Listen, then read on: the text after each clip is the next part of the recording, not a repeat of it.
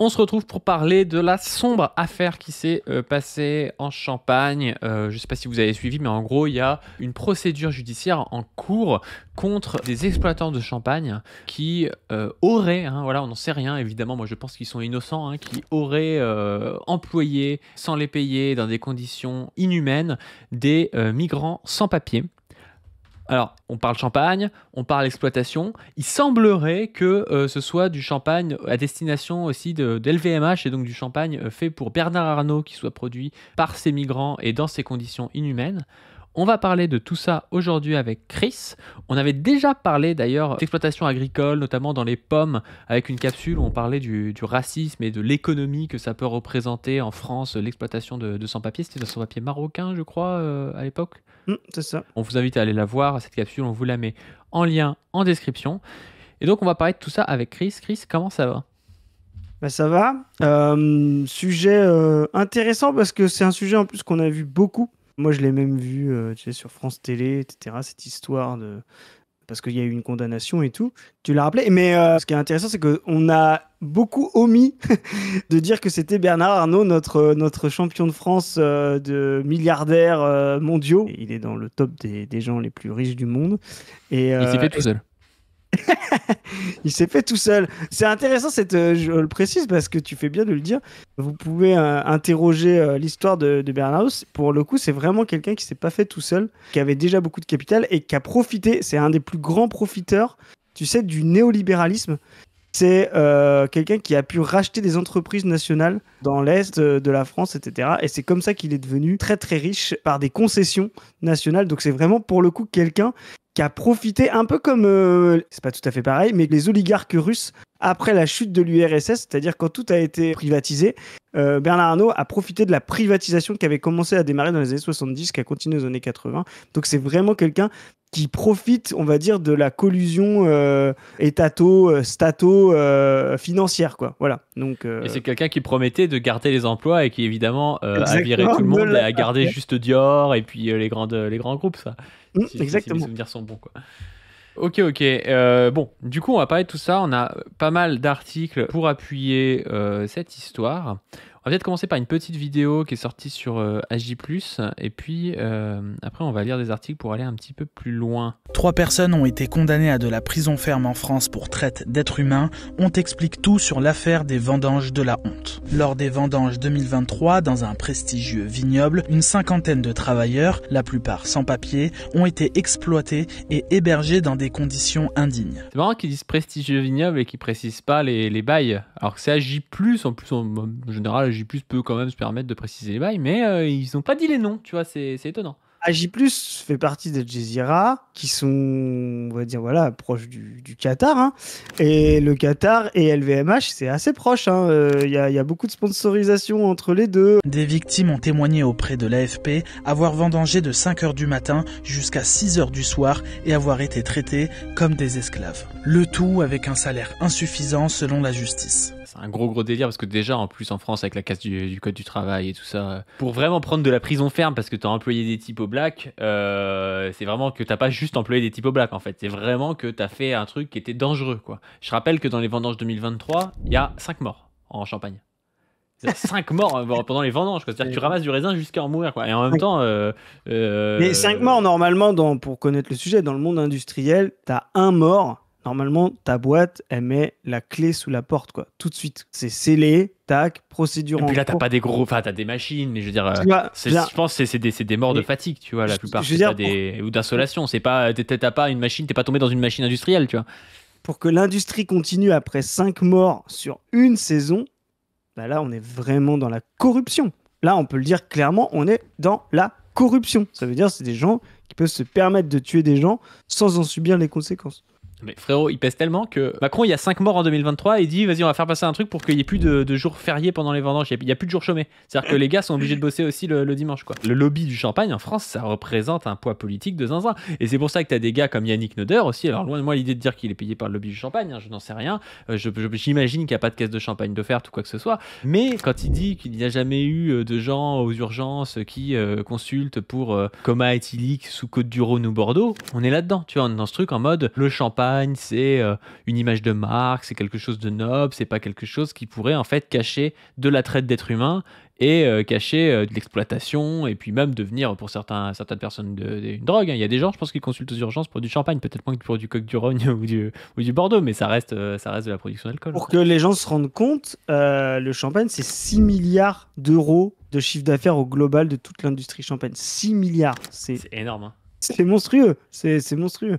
C'est énorme, c'est un tiers des morts du communisme.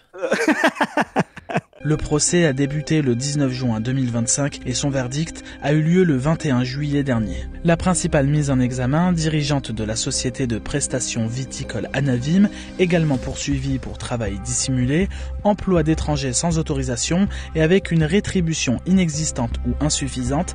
Non mais tu vas voir le délire. T'as déjà vu les articles ou pas? Résolution inexistante, c'est-à-dire que les mecs déjà ont été employés à bosser de... Enfin, t'as déjà fait les vendanges ou pas? J'ai fait les vendanges, ouais.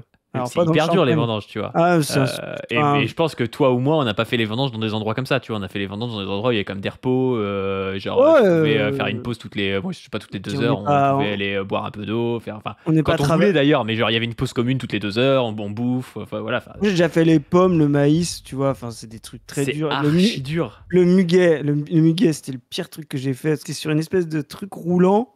Assis, tu vois, tu passes dans les rangs et en fait, il faut aller vite parce que le truc il avance sans toi. C'est toi qui es sur le. Toi, comme les rangs de muguet, c'est toi qui es sur le tapis, tu vois.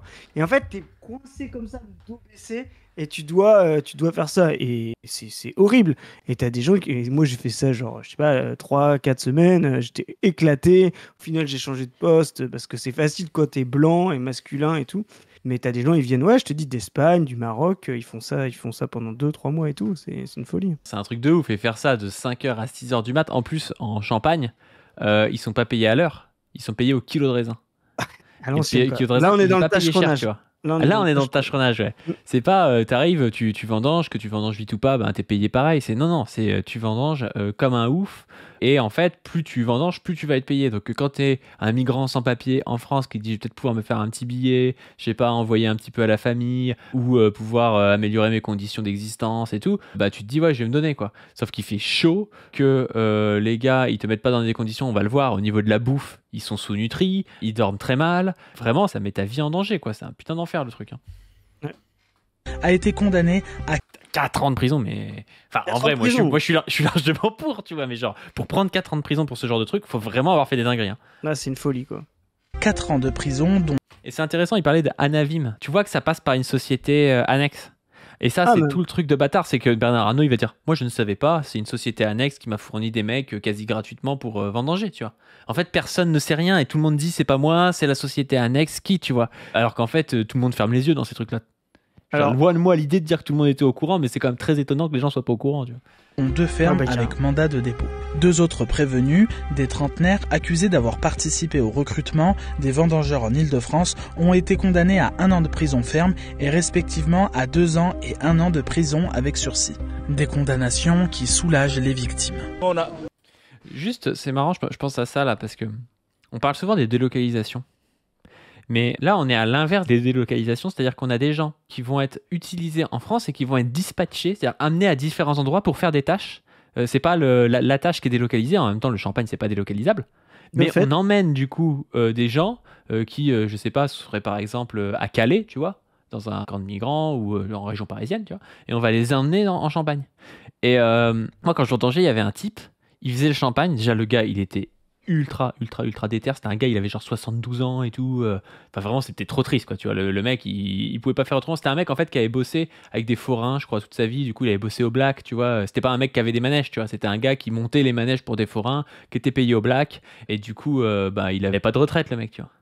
Et en fait, quand il finissait les vendanges, le mec, après, il allait faire les huîtres, tu vois. Donc, il allait faire tous les trucs les plus durs. Et le mec, il était mobile, tu vois.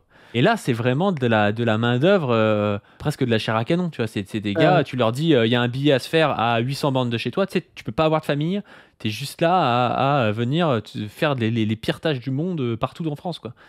Ça a longtemps été l'histoire de la main-d'œuvre, en fait, dans le capitalisme libéral, hein, en fait, de bouger en fonction de là où il y a du travail. Parce que justement, le capitalisme libéral et le capitalisme en général surfabriquent de l'offre de travail par rapport à la demande, justement pour faire baisser le coût du travail. Et dans le capitalisme libéral, c'était ça. Surtout qu'en plus, si tu veux, c'est des gens qui sont passés de la paysannerie, voire de petit artisanat, au mode ouvrier. Donc, ils se promenaient avec leur marteau. Tu as des récits très intéressants là-dessus aux États-Unis et tout, mais en France, tu en trouves. Leur marteau, leurs petits outils. Et puis, ils allaient là où il y a besoin de faire du taf. Un tâcheron, justement. D'abord, comme tu dis, à la pièce, quoi. Au kilo, au nombre, etc. Puis ensuite, à l'heure. Et en fait, le combat ouvrier a stabilisé les conditions de travail ouvrières, c'est-à-dire a permis d'avoir des contrats, des CDI, de pouvoir s'installer dans un endroit, etc. Donc tout ça, en fait, ce qu'on a aujourd'hui, cette non-mobilité, cette sédentarisation du travail ouvrier, c'est des conquêtes, c'est des conquis sociaux, quoi. Là, comme tu le dis, on a eu un effet de délocalisation, et là, bah, effectivement, pour des rares emplois qui sont pas délocalisables, et là tu parles du Champagne, mais ça va être dans la maçonnerie. Tu peux pas délocaliser la maison des gens qui veulent se faire construire une maison en France, quoi. Tu peux pas leur dire bon bah le néolibéralisme oblige à délocaliser, donc tu vas aller fabriquer ta maison en Chine. Donc voilà, la maçonnerie, la restauration, l'hôtellerie, enfin voilà, tous les travaux durs, physiques, compliqués, etc. Bah là, on amène une force de travail qui sera plus malléable, mobilisable, et qui va pouvoir faire des travaux qui sont encore du tâcheronnage.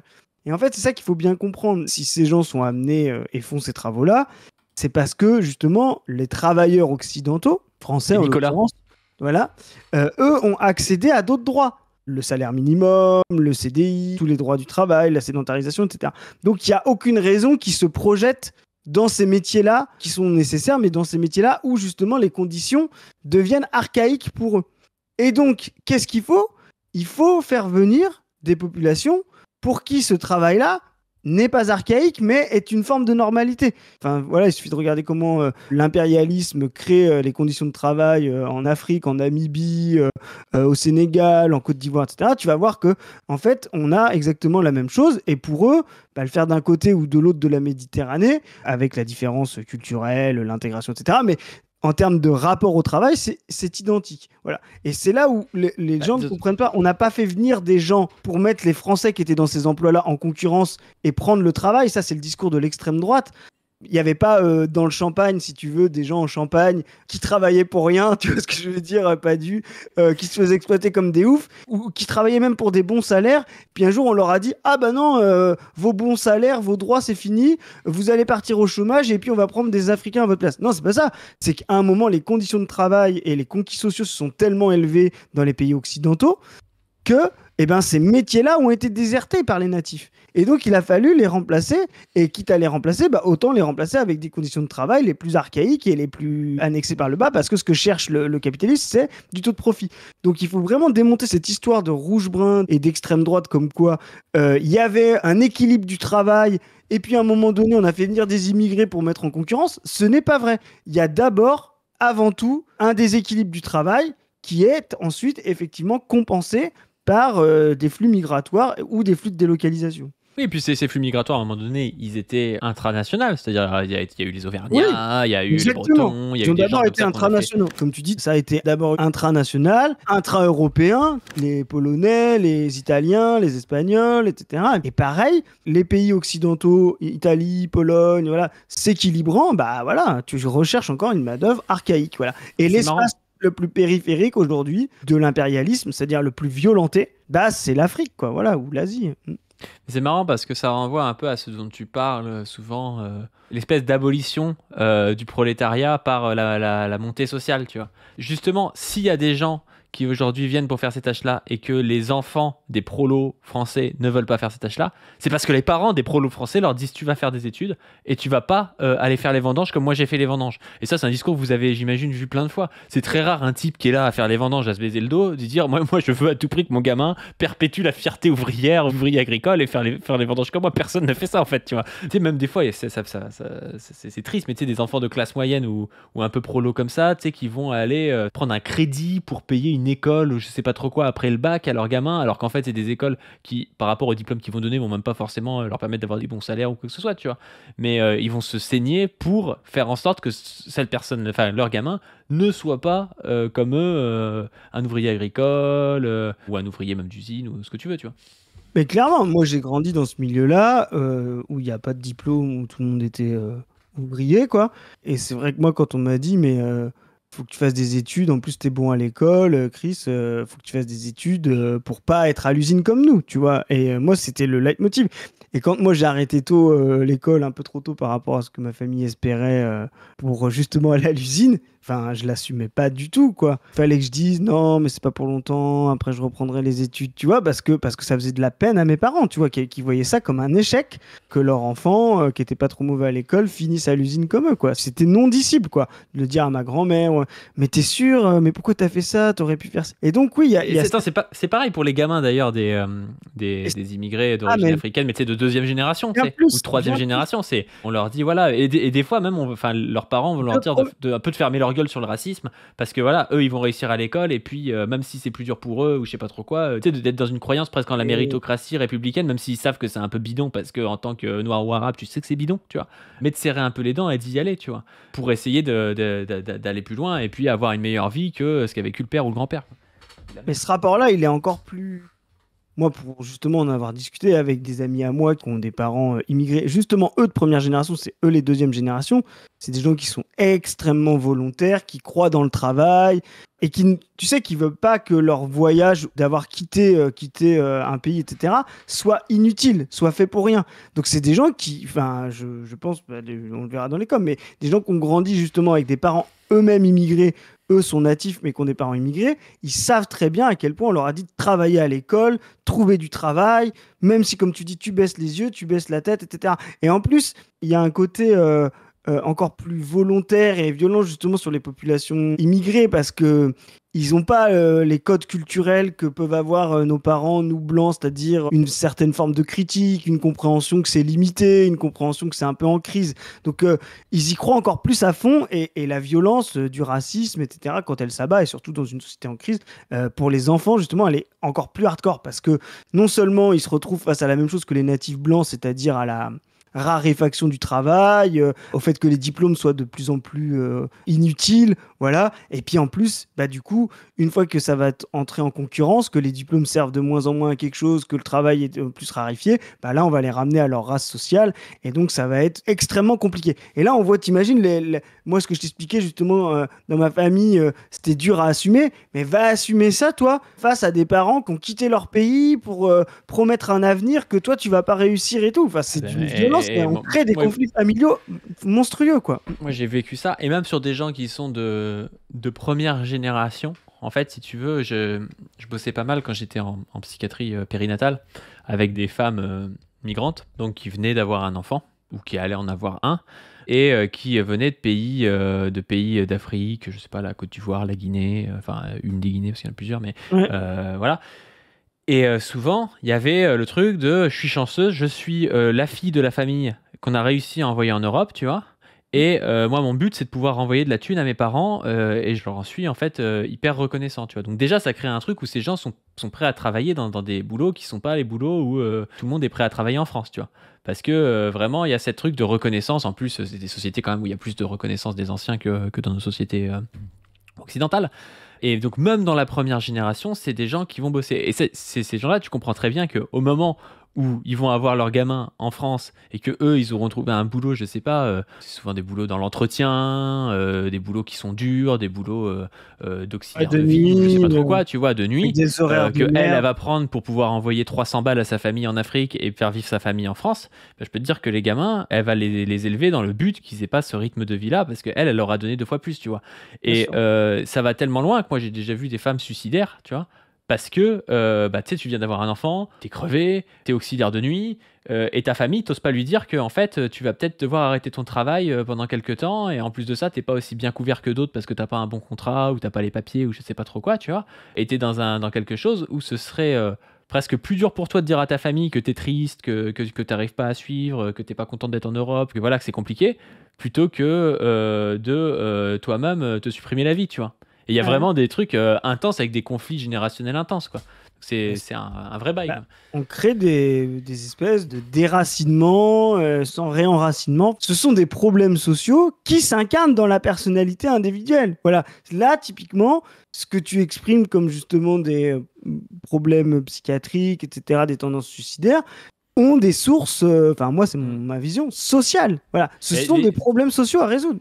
Je me souviens d'une femme comme ça, mais je m'en souviens parfaitement, où si tu veux, ce qu'elle me disait, c'est qu'elle voyait personne. Elle était chez elle, tout le temps, avec son bébé, et son mec, qui était aussi un migrant sans papier, il allait bosser.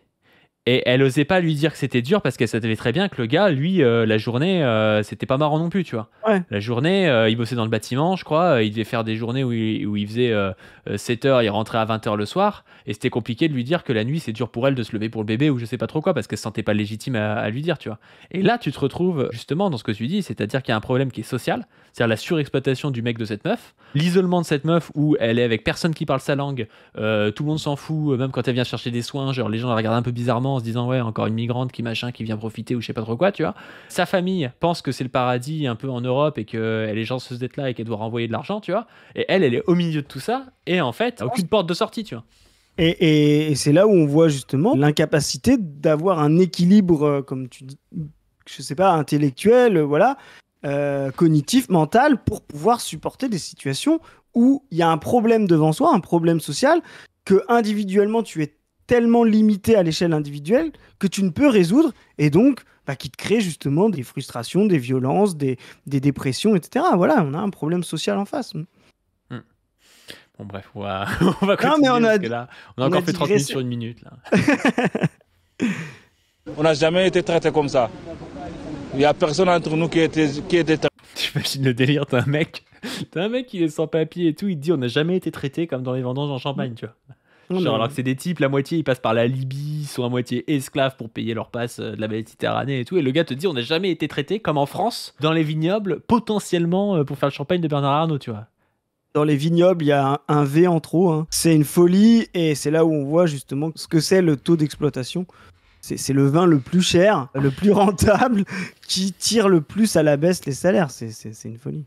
Mais c'est ça qui est fou, tu vois. Je sais pas où t'as bossé, moi j'ai bossé dans des trucs de Loire, les vins ils sont pas ultra chers, tu vois. Moi, et les je mecs, pense encore plus petit que toi en termes de domaine. Tu vois, aussi, ce que je vois, mais c'est pas des vins qui coûtent des 100 et des 1000 non plus. Et puis les mecs te payent, même si tu payes plus que le SMIC, tu vois. Parce qu'en fait, ils ont du mal à trouver des gens avec un vrai contrat et tout. Quand tu prends pas des migrants sans papier, les gens en France, ils veulent pas forcément venir bosser pour le SMIC en pleine chaleur à ramasser du truc. Donc t'es obligé de payer 1006, 1008 ou un truc comme ça, tu vois. Surtout que tu fais des heures. Si tu fais des contrats légaux, tu sais, moi je venais quand je faisais des trucs de saison comme ça, en intérim, si tu as des contrats légaux, toutes tes heures sup, tu sais, au-delà de 35, elles sont à 1,25, au-delà de 41, elles sont à 1,50. Donc tu peux faire des très gros, c'est fatigant, hein, tu peux faire des très gros salaires. C'est l'avantage en fait de ces métiers-là, c'est pour ça qu'il y a aussi beaucoup d'étudiants, beaucoup de gens qui ont d'autres métiers, etc.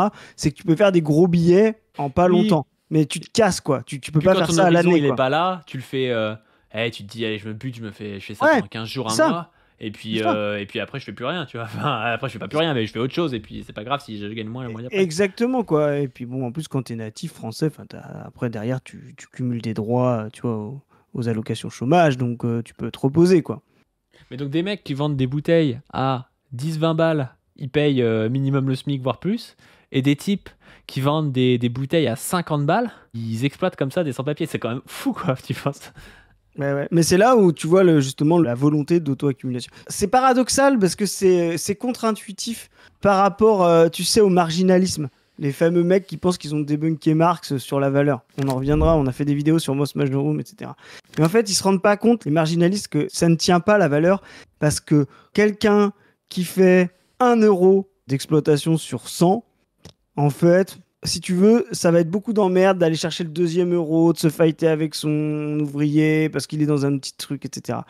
Mais quand à un moment donné, t'en fais 100, tu vois, le 101e, tu vas aller le chercher. Et le 102e, et le 103e, etc. Parce que ton taux de profit est tellement important que tu es ultra orienté là-dessus. Alors que quand ton taux de profit il est bas, tu es beaucoup plus orienté quand tu es un petit artisan commerçant vers bien faire ton travail. Parce que tu vois, tu te dis, bon, mon taux de profit, c'est ce que je me paye, ça suffit, ça me paye les vacances, etc. Mais dès que tu commences à avoir toute une organisation orientée autour du taux de profit, et le champagne, c'est ça, chaque euro est décisif, quoi. Et donc, si tu peux aller tuer des gens à la tâche pour pouvoir finir tes derniers euros, tu vas le faire. Voilà. Et c'est dans les entreprises qui font le plus de profit qu'on trouve les plus grosses saloperies. Là, on parle de l'absolu, c'est-à-dire tuer des gens au travail dans l'exploitation. Mais tu sais, quand on a vu, par exemple, les mecs qui tuent des gens avec des pizzas mal congelées, tu sais, c'est des entreprises qui appartiennent à Nestlé, quoi. C'est les plus grosses entreprises d'agroalimentaire. Ces gens-là, ils ont déjà des taux de profit monstrueux,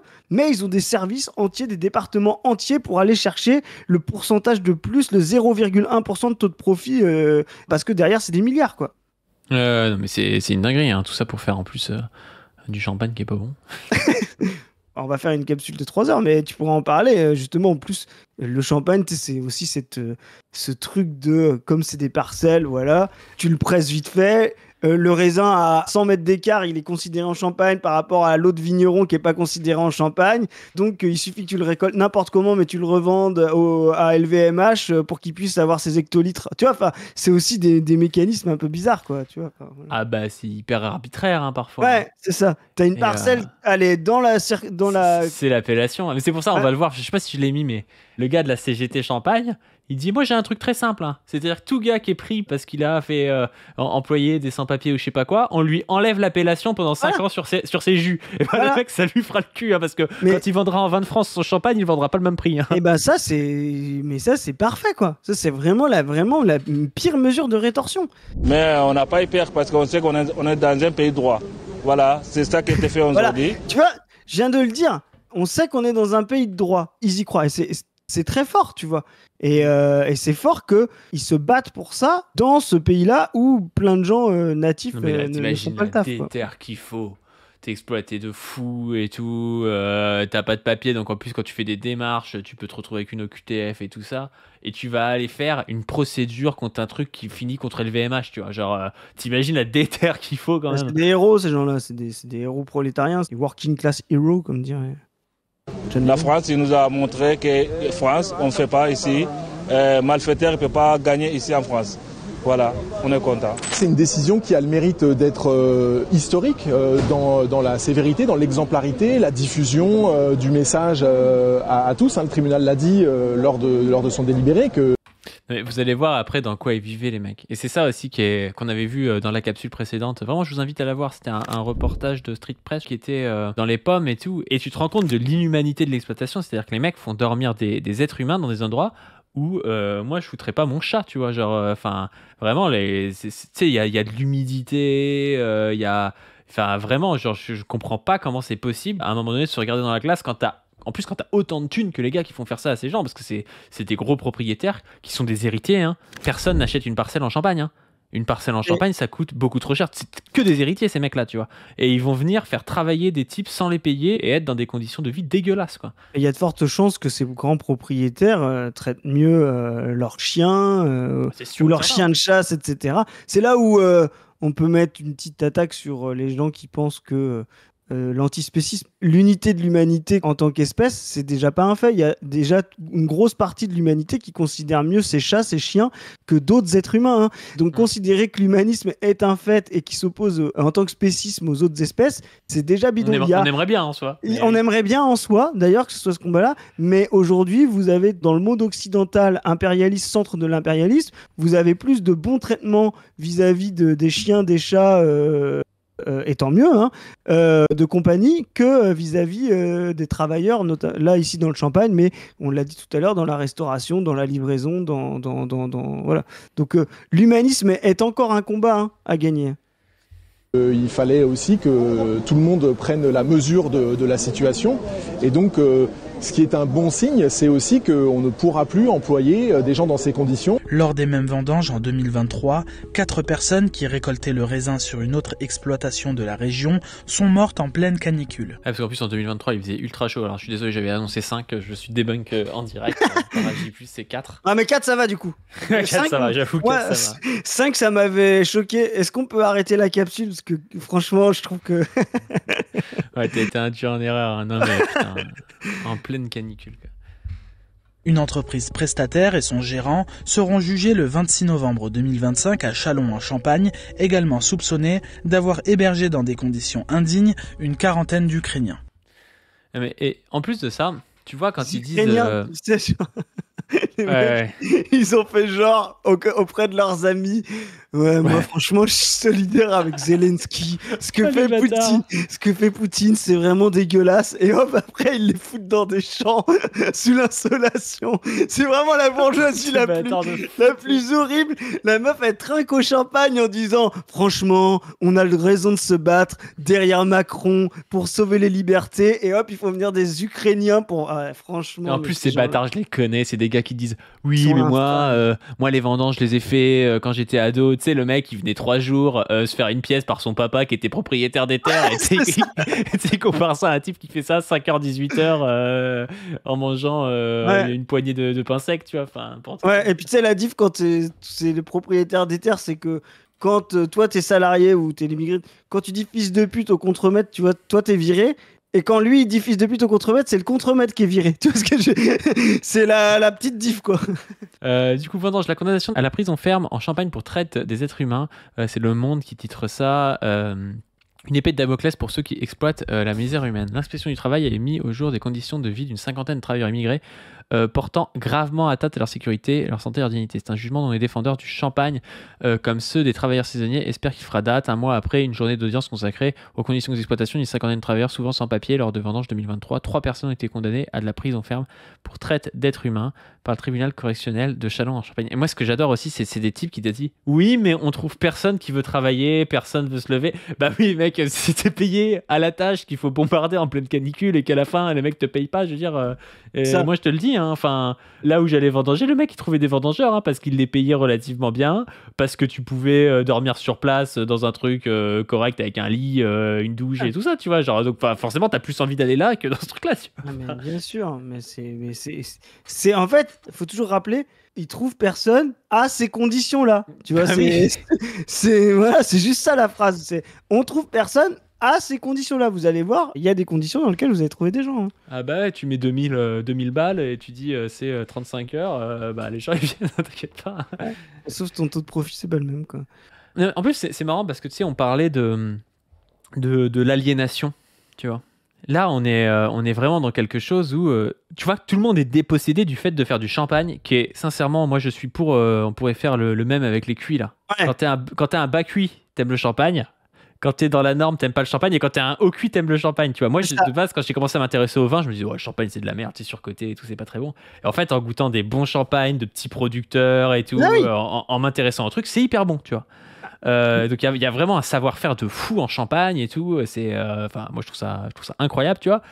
Mais le truc, c'est que là, les mecs, ils sont pas là pour faire du champagne, ils sont là pour faire de la thune, tu vois. Et donc l'activité du gars qui va faire genre oui je suis un petit artisan, c'est la tradition française parce qu'on les connaît les gars en mode tu sais ils mettent un espèce de vieux paysan avec des traits fatigués au soleil en faisant genre que c'est un produit du terroir et tout alors que le truc est fait par l'exploitation d'êtres humains et puis après c'est un jus qui est dégueulasse, qui est ramassé trop tôt pour en avoir plus, il rajoute du sucre pour essayer de compenser le truc et puis il bidouille avec des produits chimiques pour essayer d'avoir un produit standardisé. On connaît en fait ces bails là, tu vois. Et tout ça c'est fait pour faire de la thune et le maximum de bouteilles, tu vois, c'est exactement ça hein. Mais ce qui est marrant c'est que dans le monde industriel agroalimentaire on met des labels. Alors, c'est pour la pêche, c'est ASC, MSC, où il faut contrôler que on n'a pas trop puisé de poissons.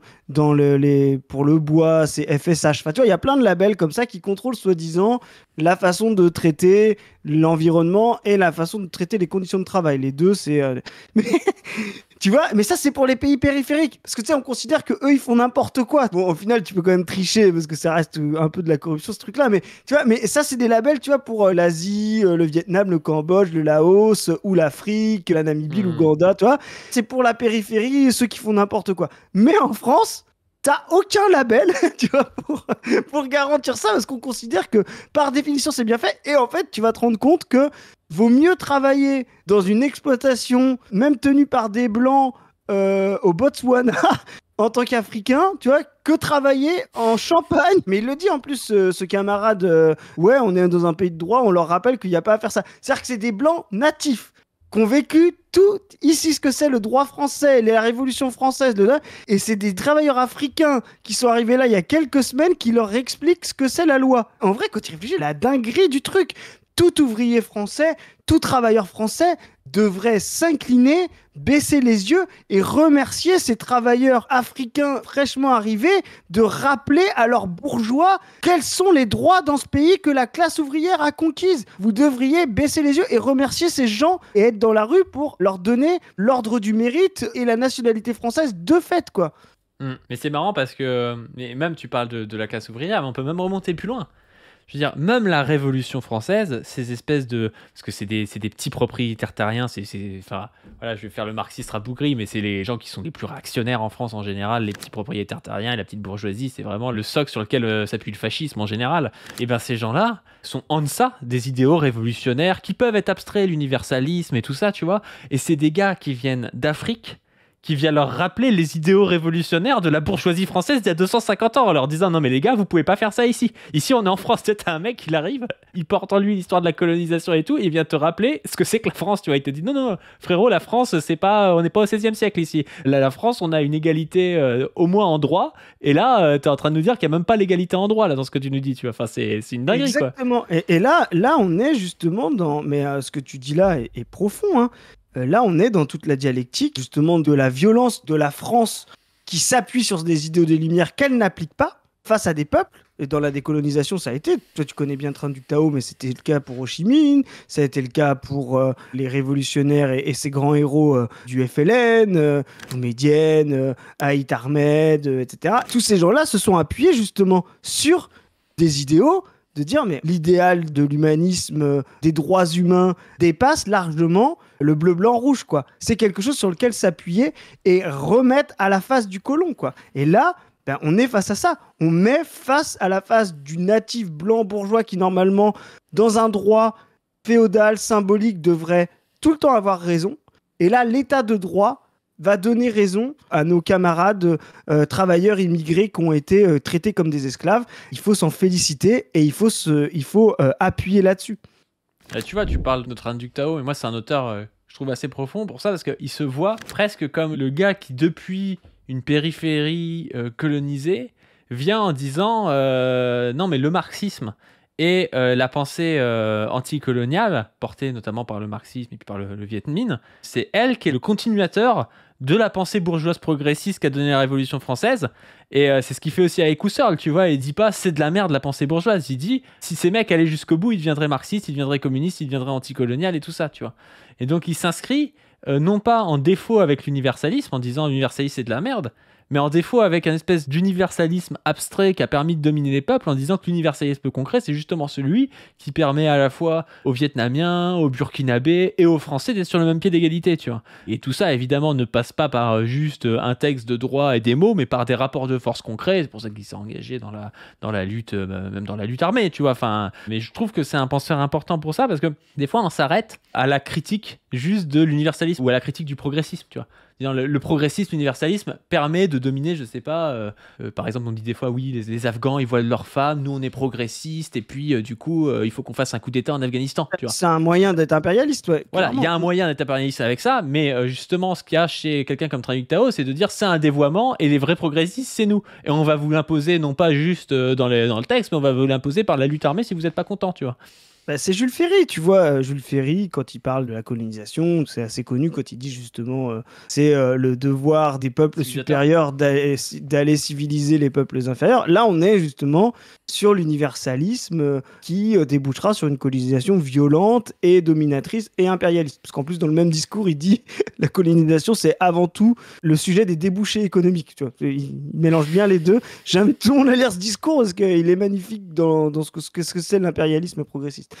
Mais ce qu'on voit là, c'est justement comment des peuples justement qui ont vécu cette colonisation, cette violence, etc., s'emparent de cet universalisme, l'arrachent aux mains des dominateurs et leur met dans la face, quoi. Et il y a des institutions, il y a des luttes, et sans une classe ouvrière, sans justement l'appui, tu l'as dit d'ailleurs, de syndicats, d'une classe ouvrière concrète, ce qu'ils viennent de gagner là n'aurait jamais pu exister.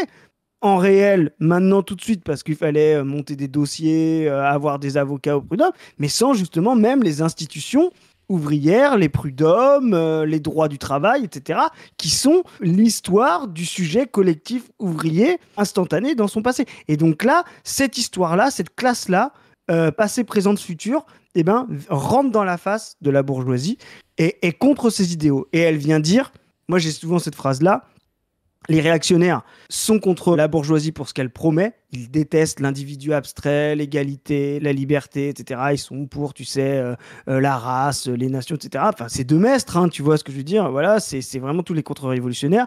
Nous, révolutionnaires, on doit détester la bourgeoisie pour ce qu'elle permet. C'est-à-dire, elle nous promet ce qu'elle ne permettra jamais. Et nous, on doit faire en sorte de permettre que ces idéaux de liberté, d'égalité totale, d'universalisme concret, d'individualité possible pour chacun, que de non-assignation à la race, au genre, à la classe puissent exister. Voilà. Ouais. C'est intéressant parce que tu disais l'universalisme de Jules Ferry qui va être imposé en gros par les pays occidentaux aux pays périphériques. En fait, ce qu'il y a presque chez Traductao, c'est l'inverse. C'est de dire l'universalisme doit être imposé par les pays périphériques aux occidentaux. Et à un moment donné, il dit ça, tu sais, quand il est dans les années, je crois, 45-46, qu'il va aller en tôle et tout, parce qu'il est à la tête d'une association anticoloniale des Vietnamiens en France, tu vois. Et t'as un gars qui lui dit mais comment vous recevrez des Français s'ils viennent au Vietnam? Et il répond on les recevra avec des fusils, tu vois. Mais c'est vraiment ça, il y a vraiment un rapport de force pour imposer quelque chose de progressiste, tu vois. Bien sûr. Mais c'est pareil dans tout, tu sais, on parle des fois des organisations et tout. Là, tu voyais ce gars là qui parle, ce camarade africain. Si on veut pouvoir avoir une organisation ouvrière progressiste, eh ben, on doit avoir ce type qui vient nous imposer sur nos angles morts, qui vient nous imposer des lignes, qui doit être inclus et le plus puissant possible dans nos organisations en tant que telles, tu vois. C'est toujours pareil. Si on veut pouvoir porter ce sujet révolutionnaire, qu'on veut être en fin de compte un espèce de nous universel après la Révolution, porteur d'une société nouvelle, on doit non pas juste inclure ces personnes-là, mais presque leur donner le pouvoir, tu vois, parce que c'est les personnes qui sont les plus progressistes possibles, parce que c'est les personnes qui n'ont pas de privilèges à conserver, tu vois. Exactement. Et c'est là où on voit, tu citais justement le moment révolutionnaire dans la Déclaration des droits de l'homme de 1792, la Constitution de l'an 1. La nationalité française est donnée, tu sais, tous ceux qui se sont battus, si t'es là depuis un an et si t'as donné, si t'as recueilli un vieillard ou un pauvre chez toi, tu vois ce que je veux dire. Ouais. Parce que justement, il montre que cet acquis de l'universalité, etc., est une pratique, un travail. Et là, tu devrais dire, non seulement ce qu'ils font est grand, mais en plus, ils sont un pas en avant nous. C'est-à-dire qu'ils sont bien plus conscients de ce que c'est le droit du travail et les conquis sociaux et les conquis ouvriers que beaucoup de Français aujourd'hui qui en profitent sans le savoir, tu vois. Donc ils ont une conscience de classe bien plus fine et bien plus avancée. Ils ne sont pas là pour simplement obtenir des droits et retourner dans leur travail. Ils doivent être justement considérés comme une avant-garde de la classe ouvrière. Et ça met aussi, je trouve, une petite claque au Lefcom, tu vois. Genre aux gars qui te disent non, mais ça sert à rien. Tant que tu fais pas la révolution, ça sert à rien. Ouais. Il y a quand même des types qui sont pas dans la même condition que vous, qui sont contents d'avoir un droit du travail et de pouvoir avoir un droit du travail opposable, quand bien même ce soit pas la révolution d'avoir un droit du travail, tu vois. C'est pour ça que j'aime bien la double besogne, tu vois, ce côté à la fois il y a des petits gains qui peuvent t'amener à des grands gains, qui peuvent permettre aussi de politiser tous ces mecs. Hein. Je suis pas sûr que tous les sans-papiers là, ils avaient, même s'ils ont une conscience de classe, peut-être inconsciente, tu vois. Je vais utiliser un terme un peu bizarre, mais tu vois, qui est en train de prendre place dans cette lutte. Justement, le fait de passer par une judiciarisation et une lutte, je pense qu'ils ont gagné, mais 10 ans de formation politique en 3 semaines, tu vois, les mecs. Hein. Et ils font quelque chose de profondément révolutionnaire. Ils transforment la société quand ils font ça. Quand tu fais abattre et que tu fais mettre 4 ans de prison à un tortionnaire, ou un esclavagiste, je vois pas de meilleur mot, même patron, c'est trop gentil pour eux, tu transformes la société. Comme disait Lénine, sur les gauchistes, quand les Lefcom ne sont que des révolutionnaires en parole. Faire des cercles de lecture de Lénine ou de Bordiga ne transforme pas la société. Ça se fait sûrement très plaisir, c'est un super passe-temps, mais il n'y a rien de révolutionnaire à faire ça. Ce que ces gens-là ont fait est révolutionnaire. Alors c'est sûrement pas une révolution fantasmée, mais ça n'existe pas une révolution où tu clignes des yeux, tu es dans un état 0 et tu passes dans un état 1. Ensuite, toute révolution est un processus permanent à partir de lutte. L'idée de penser de phase... révolution permanente, après on me dit qu'il n'y a pas trop de schisme. Mais tu vois ce que je veux dire, c'est que la Révolution française, qu'est-ce que tu vas dire? C'est quoi la Révolution française? C'est le 14 juillet, c'est le 10 août, tu vois, c'est un processus de 10 ans. La Révolution cubaine, ça commence quand? Le 26 juillet 53, ou ça commence en 59 avec l'exil de Batista? Qu'est-ce que ça veut dire? La Révolution de 17, ça veut dire quoi? C'est février, c'est octobre? Est-ce que tu inclus dedans 1905 et la préparation avec le cuirassé Potemkin? Enfin, tout ça n'a aucun sens. La Révolution est un processus continu. Et ben là, Peut-être que à l'échelle de l'histoire, ce qu'ils viennent de faire là n'est pas une révolution, mais à l'échelle pratique, sociale et de la lutte, c'est fondamentalement révolutionnaire. Et aucun leftcom n'a fait le quart de la moitié du dixième, du centième de ce que ces gens-là ont fait. Donc, qu'ils baissent les yeux. Et puis, attends. Quand même, les gars qui profitaient de l'esclavage, là, je pense que ça peut aussi leur mettre un petit coup en se disant, ouais, il y a peut-être des gens qu'on devrait traiter autrement, tu vois. Je dis pas qu'ils vont arrêter demain d'exploiter les gens, ce sera pas le cas, tu vois. Mais peut-être qu'ils les mettront pas dans des conditions inhumaines, peut-être qu'ils les paieront, peut-être qu'il y aura déjà du plus, et tout migrant qui sera ici aura entendu parler de cette histoire et se dira qu'il peut peut-être porter, si il considère qu'il a été victime de quelque chose, porter ça devant la justice, tu vois. On tourne là le 4 août. On est le jour de l'abolition des privilèges. Pour ceux qui s'intéressent à ça, l'abolition des privilèges, le 4 août 1789, n'a été qu'une abolition de parole abstraite. Je ne sais pas si tu connais l'histoire, mais en fait, ça a pris des années, un tiers, parce qu'en fait, dès le lendemain, comme 1789 est encore très bourgeois comme processus, en fait, on leur a dit « Non, mais en fait, il faudrait que vous nous payiez 30 ans de solde pour vraiment pouvoir vous extirper de votre servage. » Tu vois, ces personnes pouvaient faire ça et tout. Mais ce concept abstrait, ce jour où tu te réveilles le 5 août et que tu te dis les privilèges n'existent plus, tu vois, transforme fondamentalement les consciences, transforme les gens. Les gens qui avant jouissaient de leurs privilèges doivent faire différemment. Les gens qui avant subissaient les privilèges peuvent faire différemment. Et bien là, ce que tu viens de dire là, c'est pas une révolution profonde, etc. Mais comme tu dis, ça va transformer les deux côtés de la barricade. Ça va transformer les gens qui ont gagné, c'est-à-dire la classe ouvrière qui a gagné. Ça va transformer les syndicalistes qui ont participé. Ça va transformer les avocats du travail qui ont participé. Ça va contraindre les bourgeois d'en face, etc. C'est un pas vers le progrès. On n'est pas là pour considérer si le pas fait 50 cm, 30 cm, 40 cm. C'est une avancée et c'est fondamentalement glorieux, quoi. Ouais, bon, on va continuer parce que on vous a toujours pas dit exactement les conditions dans lesquelles les mecs vivaient. Hein. Et les gens, ils aiment bien quand on fait ça. C'est un jugement dont les défenseurs de Champagne, un mois après l'exploitation de 50 travailleurs sans papier lors des vendanges 2023. 3 personnes ont été condamnées à de la prison ferme pour traite d'êtres humains lundi 21 juillet par le tribunal correctionnel de Châlons-en-Champagne. Alerté par des riverains, l'inspection du travail avait procédé à un contrôle de l'hébergement mis à disposition des vendangeurs par la société de prestation viticole Anavim à Ness-le-Répond, au sud-ouest de Reims, en septembre 2023. Elle constatait des conditions de vie d'hébergement portant gravement atteinte à la sécurité, à la santé et à la dignité des occupants, selon le résumé du parquet de Châlons-en-Champagne. Ces travailleurs immigrés, dont beaucoup sont originaires d'Afrique de l'Ouest, avaient décrit cette maison abandonnée avec des lits de fortune, sans eau ni électricité, et 6 toilettes pour 60 personnes. Putain, sans eau ni électricité, enfin, c'est le délire. Hein. C'est des types, ils sont au milieu de nulle part. Je pense j'imagine qu'il y a peut-être qu'ils emploient peut-être des potes au black qui peuvent poser de l'eau et l'électricité pour pas très très cher, tu vois. Ils reçoivent 60 personnes, ils ont une exploitation de champagne, ils peuvent pas foutre je sais pas, même 5000 balles, tu vois, pour faire poser l'électricité dans leur baraque et relier un réseau d'eau, tu vois. Enfin, c'est complètement aberrant, tu vois. C'est là où tu te dis qu'il faut une profonde déshumanisation et même une forme de bêtise de dominant, de se croire surpuissant pour faire ça. Comment tu peux croire que ces gens-là, ils dorment bien et donc ils vont être efficaces? Tu vois, il faut vraiment... Tu vois, c'est-à-dire que c'est même idiot à la fin. C'est même idiot, mais c'est vraiment, comme tu dis, de la marchandise, de la chair à canon, que tu t'imagines infinie pour la traiter de manière n'importe comment, où tu te dis, j'ai même pas besoin de l'entretenir. Vous vous rendez compte que la marchandise travail humaine, est-ce qu'elle est le moins bien traitée? Les types vont mieux traiter leur vigne, c'est-à-dire qu'ils vont même sûrement avoir de la clim ou, tu vois ce que je veux dire, un taux d'entassement du raisin plus contrôlé. Ah bah c'est des gars qui ont des... tu sais, quand t'es un petit producteur et puis qu'il y a du gel, en général, t'es baisé. Ouais, tes vignes, elles gèlent, ça a déjà germé, enfin, tu vas pas avoir de... C'est pas germer le terme, mais... tu commences à avoir des boutons de fleurs, là, et puis ça va te les geler, et du coup, tu vas pas avoir de raisin.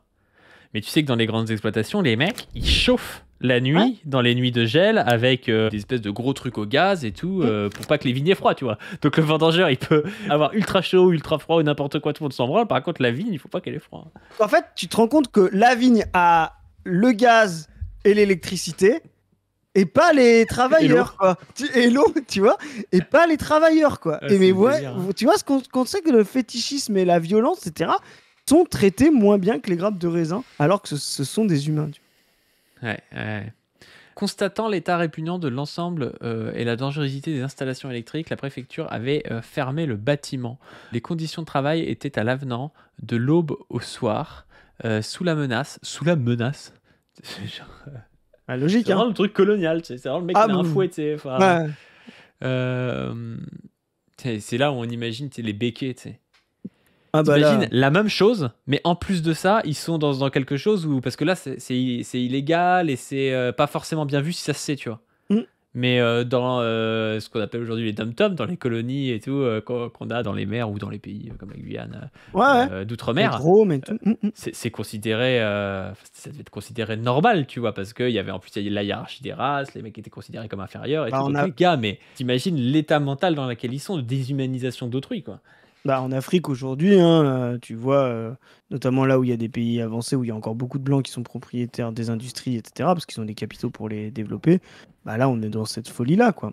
Donc sous la menace, avec des repas frugaux ou avariés, là on parlait des chiens, ou avariés. Leur calvaire a duré une semaine au tribunal qui leur demandait comment avaient été traitées ces victimes.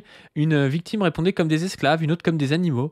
On ne peut pas accepter que derrière une quelconque bouteille de champagne se cache une sous-traitance incontrôlée et une maltraitance caractérisée. Mais sincèrement, n'achetez pas du champagne Mouette ou LVMH ou je sais pas quoi. Ouais, c'est de la merde. Déjà, c'est pas bon.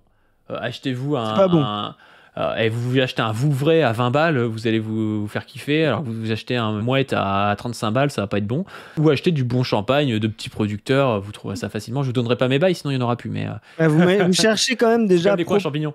Propriétaires récoltants, déjà, vous allez voir, c'est forcément des plus petites parcelles où les gens ils vinifient eux-mêmes, ce qui est moins le cas, tu vois, des mouettes, etc., des meumes qui justement achètent le raisin pour pouvoir mettre leur appellation dedans. Mais boycotter LVMH, quoi. Donc mouette, c'est fini. Si vous en avez chez vous, balancez-le dans les toilettes, quoi. La principale prévenue, dirigeante de la société de prestations viticoles, Anavim, une quadragénaire originaire du Kirghizistan. Mais déjà, tu vas voir le bordel, tu vois. C'est-à-dire que derrière, il y a des blancs français qui font leur bail. Mais même le sale boulot, ils le font pas eux-mêmes, ils le font faire donc par une meuf originaire du Kirghizistan. Enfin, vraiment, c'est le truc, tu sais, on se croirait dans de la traite négrière, tu sais, avec tu fais faire le sale boulot par d'autres en mode je savais pas, tu vois, c'est un enfer. On se croirait, on y est. Il y a des prête-noms, des faux pavillons, mais vraiment, c'est une folie. Également poursuivi pour travail dissimulé, emploi d'un trajet sans autorisation avec une rétribution inexistante ou insuffisance. A été condamnée à 4 ans de prison, dont 2 fermes avec mandat de dépôt différé. S'exprimant à l'audience avec une traductrice, elle avait nié être à l'origine des conditions d'hébergement des victimes, renvoyant la faute aux 2 autres prévenus qui les avaient recrutés en Île-de-France. Tu vas voir le délire. Ces 2 trentenaires ont été condamnés chacun à 1 an de prison ferme, respectivement 2 ans et 1 an de sursis. Le président du tribunal a exigé la dissolution de la société Anavim, condamné la coopérative vinicole de la Marne, qui avait eu recours à ce prestataire. La SARL Sorsailly de la Gravelle, une amende de 75 000 € contre 200 000 requis à l'audience pour cette société. S'étant laissé séduire, avait souligné le procureur, par des prix extrêmement concurrentiels. Ouais, les mecs, genre, ils savaient pas, juste des prix concurrentiels. Et encore une fois, c'est bien de leur mettre 75 000 €, mais tu leur enlèves l'appellation 5 ans, je pense que ça leur fera plus les pieds. Hein. Tu vois, là, justement, on voit bien comment c'est des montages avec des prête-noms, des fusibles, tu vois, pour que, en fait, cette meuf-là, qui est kirghize, elle va sauter, quelqu'un d'autre va prendre sa place, et la rentabilité, le profit va continuer. Tu vois ce que je veux dire ? Ça va rien changer, personne va aller condamner Bernard Arnault et tout. Moi, je dis, on devrait faire un truc simple. La meuf, elle était là 4 ans. Ok, elle est condamnée parce qu'elle est, responsable à ce moment-là, elle est fusible, tu vois. Mais on dit, pendant les 4 ans où elle a exercé, on considère qu'elle faisait partie d'un système, on reprend tous les profits qui ont été générés pendant ces 4 ans. Parce que, en fait, les gars qui ont profité de ces malversations à elle, eux, ils peuvent quand même garder l'argent qu'ils se sont fait, tu vois. Non, on va dire, monsieur Bernard Arnault, vous aviez touché tant pendant 4 ans grâce à cette personne qui mettait en place ce système-là. On vient vous chercher vos 600 millions d'euros que vous avez perçus pendant ces 4 ans-là, tu vois. Bernard Arnault sera jamais inquiété de dividendes dus à cette personne. Alors que cette personne, en faisant ce système immonde, lui a procuré des dividendes. Moi, je t'exproprierais les mecs, je te mettrais, je te donnerais la parcelle aux migrants et puis basta. Je suis encore dans l'état de droit, tu vois. J'essaye encore de gérer l'état de droit, mais on peut. Non, mais les mecs qui sont 60, tu leur donnes une parcelle de je sais pas combien d'hectares de champagne, ils vivent très bien à 60 et puis il faut leur bail. C'est ça. Voilà, tu vois. Si t'étais avec Zoé en React, elle irait plus loin que moi.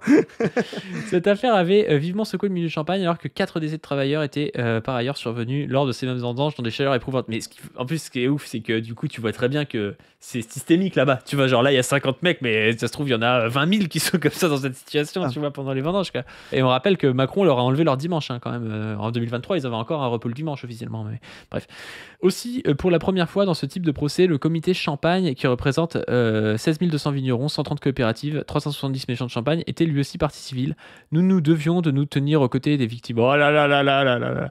On ne joue pas avec la santé et la sécurité des saisonniers. On ne joue pas non plus avec l'image de notre appellation.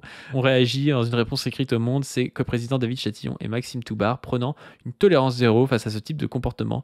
Ils promettent de se porter systématiquement partie civile face à ces dérives. Également partie civile, la CGT Champagne regrette, elle, que la société donneuse d'ordre n'ait pas été condamnée plus sévèrement. À l'audience, son gérant... Écoute ça. Donc la CGT Champagne, à l'audience, son gérant avait paru de ne se sentir aucunement responsable de la situation. Il faudrait déclasser leurs récoltes, qu'ils ne puissent plus les utiliser pour produire du champagne, plaide Philippe Cottenet, secrétaire adjoint du syndicat. Il espère cependant une onde de choc au niveau du champagne. Ceux qui exploitent la misère humaine savent désormais ce qu'ils encourent, c'est une épée de Damoclès. Mais ouais, déclasser les récoltes, ça paraît être une évidence. Hein. Bien sûr. Est-ce que là, il y a, dans cet article-là... Ouais, si tu veux, on va le lire aussi. Donc, comme un esclave, l'industrie du champagne jugée pour traite d'êtres humains. Donc, c'est toujours la même chose. Plusieurs dizaines de personnes, travailleurs immigrés, syndicalistes de la CGT profitent. C'est pour ça que, encore une fois, on revient sur la CGT. La CGT, c'est quand même la seule organe masse en France de la classe ouvrière. Hein. N'importe quel procès avec un truc comme ça, la CGT dans le coup, tu vois. Alors, il y a des problèmes à la CGT, il faut adhérer, la renforcer, changer des lignes. Mais quand même, on n'a plus de parti de masse en France.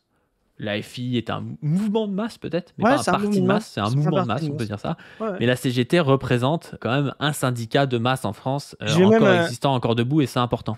Je vais même faire une précision. Je pense que la FI n'est pas un mouvement de masse, mais est un mouvement massif. C'est pas tout à fait pareil. Ouais, c'est possible. Je salue ces vendangeurs des raisins de la misère. Ce procès doit marquer un tournant alimentaire et forestière. Si en septembre 2025 des récoltes se passent de la même façon, alors on aura échoué à attirer l'attention du monde entier sur ce qui se passe réellement en Champagne. Ce serait intéressant d'avoir un retour de terrain même de ce qui se passe en Champagne. J'imagine qu'il y aura des observateurs un petit peu qui vont regarder en 2025. Ça m'étonnerait quand même que les mecs arrêtent de faire de la merde, tu vois. Là, mais je veux dire un truc, c'est un rapport de force à avoir. Hein. Je veux dire un truc libéral. Tu vois qu'on est quand même dans un truc de... Parce qu'on n'est même pas dans le libéralisme, tu sais, la concurrence... non faussée que nous vendent les libéraux et les libertariens. On est vraiment dans la baronnie, tu vois, dans le féodalisme. Parce que où ils sont les concurrents là, de Bernard Arnault ? Soit ils font la même chose que lui, et donc ils mettent des gens dans les mêmes conditions, et donc ils se cachent.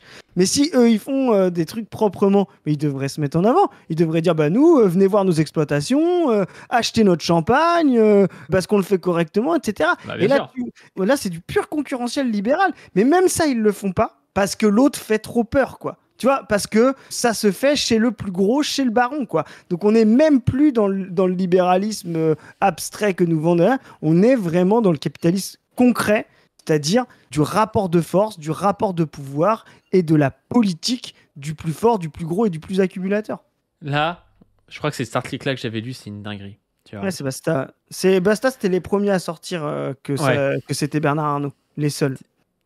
130 âmes au milieu d'un splendide coteau du vignoble champenois, donc Ness le répond. L'histoire commence au cœur d'une petite maison de ce village. Le 14 septembre 2023, 3 inspecteurs du travail accompagnés de 2 policiers. C'est pour ça que la bourgeoisie déteste les inspecteurs du travail. C'était pareil avec les pommes, c'était des inspecteurs du travail. Voilà. Question quand même importante en ce moment. Que pensent les Nicolas de l'inspection du travail ? Vous demandez au Nicolas qui vous explique la vie là, qu'est-ce qu'il pense des inspecteurs du travail ? Vous allez vous rendre compte de quel côté de la barricade ils sont. Je pense que pas du, je sais pas ce que t'en penses. Donc, accompagnés de 2 policiers, ont eu découvert des dizaines et des dizaines de travailleurs saisonniers d'Afrique de l'Ouest, Mali, Mauritanie, Côte d'Ivoire, Sénégal, entassés là, disposant de moins d'1 mètre carré chacun d'espace. Dans ce taudis, les matelas alignés à même le sol sont sales, l'électricité n'est pas aux normes, il n'y a pas d'eau chaude tandis que les toilettes existantes sont vêtues et bouchées. Des conditions assimilables à un bidonville, résume le rapport d'inspection du travail au cœur du dossier. Quand on est rentré dans cette maison à 21h, j'ai vu les pieds des travailleurs tous alignés en rang dépassé d'un demi-plafond, j'ai cru que l'on était dans une morgue. Déjà la meuf, je dis ça. Alors toi tu connais les morgues, moi je connais pas, mais ça fait pas envie quoi. Ouais, ça fait pas envie, ouais. Glisse, assise sur les bancs du tribunal, Marilyn Breton, l'une des inspectrices du travail qui a découvert la situation. Beaucoup d'entre nous étaient malades, fatigués à cause de ces conditions insalubres. Personnellement, j'avais de la toux à cause de ça. Tout ça m'a énormément marqué et traumatisé, dit une des victimes présumées, Monsieur Doumbia. À l'instar des autres travailleurs qui l'écoutent derrière lui, le soutiennent du regard, Monsieur Doumbia a été recruté via les réseaux sociaux. Alors, tu vas voir comment ça se passe. D'autres l'ont été par des boucles de WhatsApp ou par du bouche à oreille. Tous ont été amenés de la région parisienne vers la Marne à bord d'un bus où chacun a dû payer 10 € sa place. Donc déjà, les mecs ont fait payer par les gars leur place dans un bus pour les emmener dans un endroit comme ça. Vous connaissez les taxis de la Marne en 14, là il y a les bus de la Marne, c'est dégueulasse quoi. Mais tu te souviens les Marocains là qui allaient dans les pommes, pareil, ils payaient une couille leur billet pour venir en France pour travailler et du coup ils étaient piégés par le fait d'avoir payé aussi. Ça a un côté psychologique, le fait d'avoir payé ta place, t'as envie d'y rester pour gagner de l'argent, tu vois. Mais les gars, en fait, c'est un classique. Dans tous ces trucs-là, les types, ils font tout payer, la bouffe, les tenues, les gants, les bottes, etc. En fait, c'est des trucs qu'ils ont pour rien parce qu'ils l'achètent en gros. Ils le revendent 3 fois plus cher au mec et à la fin, ils disent bah regarde ton salaire, t'as que 50 € pour ce mois-ci, enfin peut-être pas, mais 200 balles parce qu'en fait, on t'a retiré 6, ça et ça. Alors qu'en fait, ils ont fait du profit sur eux, quoi, tu vois. Les 2 recruteurs, Temouri Muradian et Abdoulaye Kamara, leur ont fait miroiter. Et tu vois, c'est ces deux gars avec des... je sais pas si c'est des gars, mais Temouri Muradian, je sais pas ce que c'est comme origine. Abdoulaye Kamara, origine africaine, tu vois.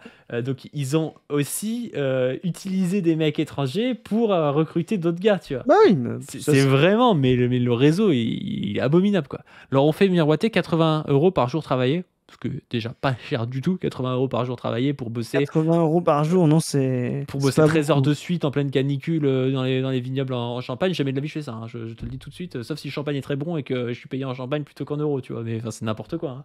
Un hébergement hôtelier, aucune promesse n'a été tenue. Les 2 hommes ont été engagés par une société de prestation, Anavim, dirigée par Svetlana Goumina. Donc, tu as une société de prestation dirigée par une Kirghize, qui emploie 2 autres gars d'origine étrangère, probablement, pour recruter des migrants. Ce type de société prestataire de services s'est démultiplié ces dernières années et fournit une large partie des 120 000 travailleurs qui viennent pour les vendanges chaque année. De la main-d'œuvre à bas coût basée sur une concurrence organisée entre les travailleurs d'Afrique de l'Ouest et d'Europe de l'Est, tandis que les locaux délaissent ce travail difficile devenu trop mal rémunéré. En lieu et place de contrat, les rares qui ont signé un document ont signé seulement une déclaration préalable à l'embauche. Plusieurs d'entre eux ne savent ni lire ni écrire. Les conditions de travail imposées dans ces vignes étaient terribles selon les témoignages recueillis. Je n'ai jamais travaillé dur comme ça. On nous a fait travailler sous la pluie. J'ai été traité comme un âne, comme un esclave, raconte Monsieur Kamara devant les juges.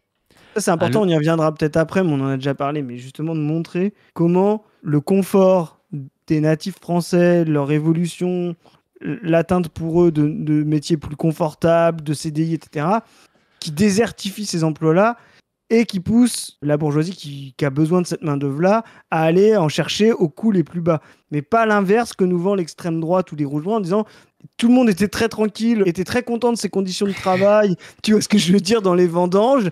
Puis un jour, on leur a dit casse-toi, Philippe, il y a Mamadou qui vient, tu vois. Tout ça est bidon, quoi. Philippe, à un moment donné, il s'est dit c'est même pas Philippe, en plus, tu l'as dit tout à l'heure.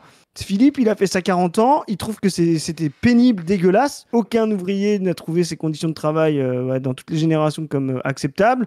Il a dit à son enfant, Mathieu ou Julien, tu ne feras pas ça. Il a fait des études, aujourd'hui il a eu un BTS ou je sais pas quoi, il ne fait pas ça. Et le bourgeois, lui, maintenant que Philippe est à la retraite, il doit trouver quelqu'un qui veut plus faire ça, tu vois. Et donc, il va chercher par le bas. Donc, tout ça, c'est des phénomènes générationnels. Il n'y a jamais eu d'espèce de dumping social. C'est-à-dire, moi, j'en veux pas à l'extrême droite de raconter ça parce que c'est leur, leur leitmotiv de 3 millions de chômeurs, c'est 3 millions d'immigrés de trop. Il n'y a jamais eu d'immigration de masse pour pouvoir tirer les salaires à la baisse. Quand des Zemmour s'appuie sur Marx pour dire de ce genre de conneries, c'est déjà dégueulasse. Mais quand des gens se font passer pour des communistes, on en connaît. Maintenant, on les a presque tous tués sur Twitter, pas du. Mais on en a connu, ces rouges-bruns-là, nous faisaient genre ce truc-là en osant passer. Moi, je suis un vrai communiste et donc je dénonce l'immigration. Cachez-vous parce que vous n'êtes pas le quart du millième de ces camarades qui se sont battus pour ça et qui, eux, sont des vrais communistes, quoi. Bah, d'ailleurs, on avait fait une vidéo à l'époque, on avait participé plutôt à une vidéo de Wissam qui est bien, que vous pouvez aller voir. Ouais, sur l'armée de réserve. C'était en 2022, ouais, Wissam avait fait une vidéo sur l'armée de réserve et il nous avait invité pour parler un peu du marxisme et tout, du rapport entre Marx, l'immigration et tout ça. J'avais même participé dans la vidéo, on vous la mettra en commentaire. Ça s'appelle L'immigration, une armée de réserve du capital. Réponse aux pseudo-marxistes patriotes. C'est ça. Voilà. Allez voir ça, c'est très bien. Et moi, ce que j'avais fait à l'époque, c'est que j'avais remonté justement que, en fait, ce qu'on voit si on regarde, par exemple, j'ai mis 2 graphiques, le solde migratoire et le taux de croissance annuel. Et en fait, ce qu'on voit, c'est que les deux sont corrélés avec un décalage. Qu'est-ce qui se passe en fait? Il y a des soldes migratoires qui augmentent quand la croissance augmente. Ça veut dire quand l'économie repart, il y a une demande de main-d'œuvre. Ça veut dire qu'il y a plus d'offres de travail que de main-d'œuvre. Et donc, il faut aller en trouver ailleurs. Et donc, vous voyez, la courbe rouge, c'est les taux de croissance. Et la courbe jaune, c'est les soldes migratoires. Et vous voyez, quand ça monte, hop, quelques années après, vous voyez en décalage, vous voyez un besoin. Et vous voyez, le solde migratoire, il redescend quand la croissance redescend. Il ne faut pas croire qu'il continue de monter tout le temps. En fait, il redescend parce que ensuite, quand c'est les mécanismes du capitalisme, en fait, quand la croissance, une fois elle commence à se tarir, les gens ils retournent chez eux ou alors on arrête l'immigration. Donc déjà, le capitalisme passe son temps à faire des afflux, prendre de la main-d'œuvre, en mettre. Il ne passe pas son temps à faire venir des immigrés. J'ai plus le droit de le dire, c'est parce que j'ai dit trop souvent, mais clairement, faire venir des immigrés tout le temps, constamment, servait à faire du profit dans ce pays. Il y aurait déjà que des immigrés dans ce pays, tu vois, parce que ça voudrait dire que... En plus, c'est la moitié des milliardaires de ce pays qui achètent des médias pour dire qu'il ne faut pas faire venir des immigrés, donc nous faire croire que les milliardaires veulent tous nous submerger d'immigrés ou je sais pas quoi, c'est d'être de mauvaise foi de fou, tu vois. En plus, ça dépend des emplois, tu vois, genre autant si t'as des restaurants, peut-être que tu profites d'une immigration qui vient, tu vois, mais il y a tout un tas d'emplois par des bourgeoisies où justement, ils veulent pas qu'il y ait où ils s'en foutent qu'il y ait des immigrés ici, et ils vont jouer sur le racisme pour diviser un petit peu les dynamiques de classe et tout. Enfin voilà, c'est pas du tout un monolithe quoi. D'ailleurs, peut-être que Bernard Arnault est plus pro-migrant que Bolloré parce que justement, lui, il a des vignobles, il a des trucs où il y a peut-être plus besoin de travail peu cher en France que Bolloré qui a des ports et du bois ou je sais pas trop quoi en Afrique, tu vois. Donc ils s'en bat les couilles d'avoir des migrants en France. Exactement. Et donc, en fait, la deuxième courbe que je montrais, c'est de montrer justement, tu vois, dans les périodes de croissance, notamment, je montrais les années après la guerre, de 46 à 75, on voit la très grosse proportion de l'immigration. Ce, pourtant, soi-disant, étaient les 30 glorieuses, tu vois. Mais là, justement, le niveau de chômage était tellement bas, l'activité était tellement haute, les natifs français trouvaient tellement des métiers qui leur convenaient, des débouchés plus intéressants, qu'on avait besoin de forte immigration, notamment dans les usines avant la délocalisation. Tu vois, il y avait genre dans les usines Renault, dans les usines Citroën, il y avait 90% d'immigrés venant du Maroc, d'Algérie. Et donc, on voit qu'en fait, cette immigration, quand les gens pensent à l'immigration, elle ne vient jamais pendant les périodes de chômage. Toute la bêtise de l'extrême droite de faire croire ça, c'est bidon. Et on voit que dans la période de grande récession, après 29, là, l'immigration descend. Et dans les années 70-80, elle est beaucoup plus plate que dans les années 60, parce que là, on est dans une période de délocalisation. Donc, on n'a plus besoin de cette immigration. Elle remonte depuis 2010-2015 parce qu'en fait, le vieillissement de la population fait qu'on a une nouvelle phase d'immigration. Mais ça n'a jamais été, en période de croissance et d'activité, des gens venus pour faire du dumping social. Tout ça est bidon, tout ça est faux de A à Z. Voilà. Donc ça, c'est vraiment un truc qu'il faut vous sortir de la tête. Quand vous voyez des grandes phases d'immigration, c'est qu'il y a besoin de main-d'œuvre. C'est qu'il y a besoin de main-d'œuvre qu'on ne trouve pas à disposition là, tout de suite, maintenant. Voilà. Yes. Bon, on va retourner sur notre article. Un lever vers 5 heures, avec un départ entre 6 et 7 heures pour les vignes. Entassé à l'arrière de fourgonnettes sans siège et sans fenêtre pour démarrer le travail à 8 heures. Sans siège et sans fenêtre. Ah oui, donc les mecs, ils sont dans... Putain, déjà, c'est ultra dangereux. Les gars, ils sont dans une fourgonnette sans siège, sans fenêtre. Tu sais, je voyais ça si je dis ça de manière automatique, mais déjà, c'est ultra dangereux. Dans l'histoire de l'Occident français, je veux dire, des transports de gens debout, sans siège, sans fenêtre, parqués, ça rappelle pas des bons souvenirs, quoi. Tu vois, c'est... Oui. Je te dis, quand ils transportent leurs chiens de chasse pour faire de la cour, je suis sûr qu'ils les transportent avec plus d'humanité. Une fin de journée vers 18h30 avec une pause d'une demi-heure grand maximum le midi. Mais tu fais 5h, 18h30 avec une demi-heure le midi en plein cagnard dans les vignes, c'est infaisable. Hein. Un retour à la maison vers 20h, parfois 21h. En somme, des amplitudes horaires à disposition de l'employeur qui explosent tous les compteurs du code du travail. Le tout accompagné d'une pression constante pour accélérer la cadence, de violences verbales ou de menaces à l'arme blanche, raconte plusieurs victimes. Mais les mecs, c'est des mafieux, quoi. Enfin... Ah, mais c'est des mafieux, hein, c'est sûr. C'est... 5 kilos de riz pour 50 personnes, ça fait 100 grammes de riz. Putain, ils ont 100 grammes de riz par jour. Ouais, c'est rien du tout, quoi. Ah, c'est rien du tout, ouais. Malgré la dureté de la tâche, les travailleurs étaient sous-nourris. Un café le matin, un sandwich parfois pourri ou encore congelé le midi. Le soir, du riz avec parfois du poulet, mais en quantité très insuffisante. 5 kilos de riz pour 50 personnes, précisent les témoins. J'étais mal, je n'ai pas mangé pendant 2 jours, j'ai eu des maux de tête, se souvient un autre travailleur, monsieur Camarade, devant les juges. Mais on est resté, on n'avait pas le choix, on se disait qu'on allait être payé, tu vois, c'est ça. On allait travailler et être payé. Sans moyen de transport, sans papier pour la plupart. Les travailleurs ne savaient pas non plus comment se rendre à la gare la plus proche. Après de 2h30 de marche arrière, putain, en plein milieu de la Cambrousse et tout est vraiment baisé, quoi. La traite des êtres humains est caractérisée par la soumission de plusieurs personnes vulnérables et dépendantes à des conditions d'hébergement indignes ou encore une rétribution insuffisante ou inexistante. On leur avait promis une paie à 80 € par jour. La grande majorité n'a pas touché un centime. Sur les 57 personnes recensées par les gendarmes, 47 sont reconnues potentielles victimes de traite. Devant les caméras, les micros tendus vers Svetlana Goumina au début de l'audience, la responsable de la société de prestation donne à avoir un air abattu, se laisse réconforter par sa fille. Face au juge, elle nie en bloc le fait d'avoir acheté et aménagé cette maison pour y loger des vendangeurs. Elle dit ne pas les connaître, assure qu'ils ont squatté. Elle a ras de leur mettre de porter plainte pour squatter. Que tout est la faute ces deux hommes de main. Le procureur de la République, à sa gauche, lève les sourcils et souffle. Que le dossier d'instruction ne trompe pas toutes les auditions et les perquisitions, achats de matelas en nombre, retention de documents d'identité des travailleurs viennent contredire sa défense du jour, durant laquelle elle-même se contredit sans cesse. Non mais c'est pour ça qu'aussi tu vois, loin de moi l'idée de faire du révisionnisme sur l'URSS, tu vois. Mais les coulacs. Je sais. Non, mais quand même, tu vois, genre, cette catégorie de la population de petits propriétaires terriens est capable des pires merdes possibles.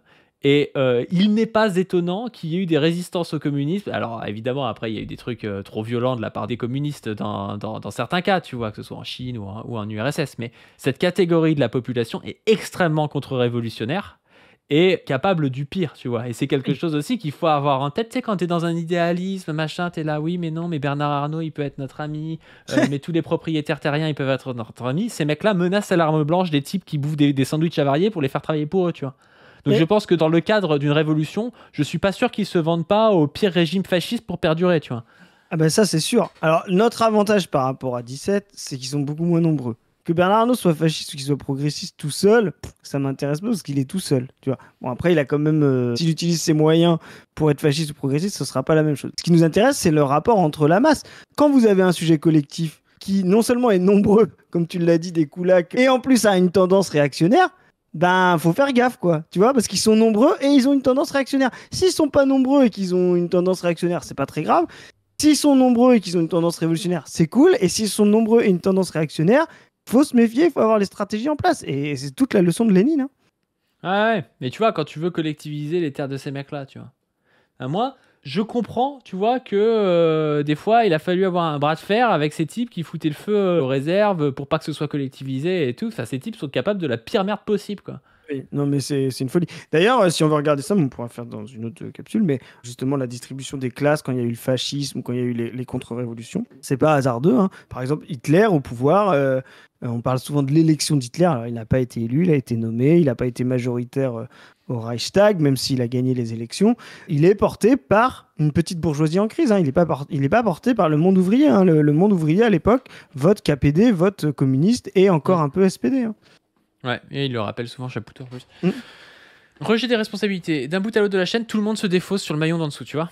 Et le maillon d'en dessous, bizarrement, plus tu vas en dessous, plus c'est des Africains. T'sais. À la fin, c'est la faute du mec. Ouais, c'est ça. Je dis pas qu'il a rien fait, tu vois, mais genre, à la fin, c'est jamais la faute du bourgeois en haut, c'est la faute d'un type qui est là à essayer de survivre en exploitant d'autres Africains, tu vois. Ce que je te disais, ce système-là a rapporté combien d'euros à Bernard Arnault, in fine? Pas 1 euro des dividendes qu'il a touchés pendant que ce système-là était en place sera pris. Pas 1 euro. Pas 1 centime d'euro. Et ça, c'est grave. Ce sont littéralement des euros ensanglantés qu'il a touchés. Des euros ensanglantés. Sur laquelle les impôts sont pas forcément payés. Il a même retouché du CICE derrière. Non, mais c'est trop ça. Enfin, le mec, il touche des aides de l'État pour faire cette merde, quoi. Enfin, d'un bout à l'autre de la chaîne, tout le monde se défausse sur le maillon d'en dessous ou celui d'au-dessus. Le premier homme de main, Temur Muradian, indique avoir fait de son mieux et répète qu'il avait peur de Svetlana Goumina et de son mari, ce qui est peut-être vrai en plus. Hein. Décrit par plusieurs victimes comme l'un des encadrants les plus violents. D'accord. Il nie en bloc et habillé de tout blanc, jure en levant la main. Je suis croyant, j'ai une famille, j'ai été piégé, mais moi aussi j'ai connu la galère. Okay. Le recruteur lui-même. Adolf Eichmann. Je suis un bon père de famille. Non mais regarde-moi ces connards-là. Le recruteur lui-même a vécu en situation irrégulière pendant 12 ans et a été amené à travailler comme saisonnier dans les vendanges. Non mais c'est exactement ça. Tu prends des types C'est le Tu sais, tu système de prends capot. des prisonniers pour en faire des geôliers, tu vois. Exactement. C'est vraiment, mais en fait, cette histoire, il y a tout ce qu'il y a de pire dans l'histoire de l'humanité qui a été refait, tu vois, dans l'histoire. Les mecs ont utilisé toutes les pires techniques, tu vois. Mais elles sont efficaces. Quand tu sors un des gars qui vivent ça pour dire tu vas avoir un meilleur traitement, etc. par rapport aux autres, mais non seulement le type, il prend, il y a de fortes chances, parce que tu as créé un univers ultra concurrentiel, et puis en plus, il n'a pas envie de retourner d'où il vient, donc il va être ultra violent. Enfin, c'est tout le système d'esclavage de la traite négrière reposait là-dessus, tout le système colonial reposait là-dessus, justement d'extraire certains pour pouvoir en faire des hommes de main, etc. Tout le système de capot, etc. sous les nazis, ou même dans les camps de concentration, on voyait ça, tu vois, on prenait des prisonniers qu'on mettait geôliers, etc. pour encadrer. Enfin, tout ça est la lie de l'humanité qu'on retrouve là. Lui qui connaît le système, ni avoir compris qu'il recrutait des personnes sans papier, on ne pouvait pas vérifier, on n'est pas des experts. Abdoulaye Kamara, le second recruteur, tient la même défense en disant que c'est Svetlana Goumina qui les a mis dans la merde. Le vigneron indépendant Olivier Orban, tiens, joli nom de famille, sur la SARL, sorcière de la Gravelle, et poursuivi pour recours au travail dissimulé et à des étrangers en situation régulière, se défausse, lui, aussi sur la prestataire. Dans un secteur où la main-d'œuvre se fait rare, quand quelqu'un s'occupe de vous trouver du travail, vous savez, on est content. Des travailleurs sont venus le voir pour se plaindre. Ce n'est pas moi qui gérerai ça, rétorque-t-il, je pense même être un bon citoyen, je leur ai amené de l'eau. Il y a vraiment, c'est vraiment des animaux. Mais c'est vraiment Eichmann à Jérusalem. Tu vois, c'est les types à la fin, ils refont valoir. Mais moi, j'étais un bon citoyen. Moi, j'ai fait comme on m'a dit. Tu vois, tu sais, c'est le film. Comment ça s'appelle où on voit les nazis de Auschwitz à côté du camp de concentration. C'est leur logement. Et on les voit vivre avec leur famille. Ils font venir leur famille. Et à côté, t'as le bruit assourdissant du camp de concentration, les fumées, etc. Et ils font venir leur famille en vacances. Tiens, t'as vu, je t'ai préparé la chambre, etc. Et tu vois, ces gens-là, ils sont en train de tuer des gens à la chaîne. Parce que là, en plus, on n'est même pas dans un truc de travail. Tu vois, Auschwitz, c'est vraiment c'est l'usine à mort, quoi. Tu vois. Et ben non, ils se comportent comme des bons pères de famille. Ils jouent aux cartes, ils boivent des coups, ils reçoivent leurs amis, etc. C'est une dinguerie, quoi. On est quand même en train de parler d'Auschwitz sans être vraiment dans l'abus, c'est même pas pour faire un point Godwin. Ah non. Tellement les mecs ont fait un truc de zinzin, tu vois. Mais on parle de ça parce que c'est un référent culturel et historique, voilà.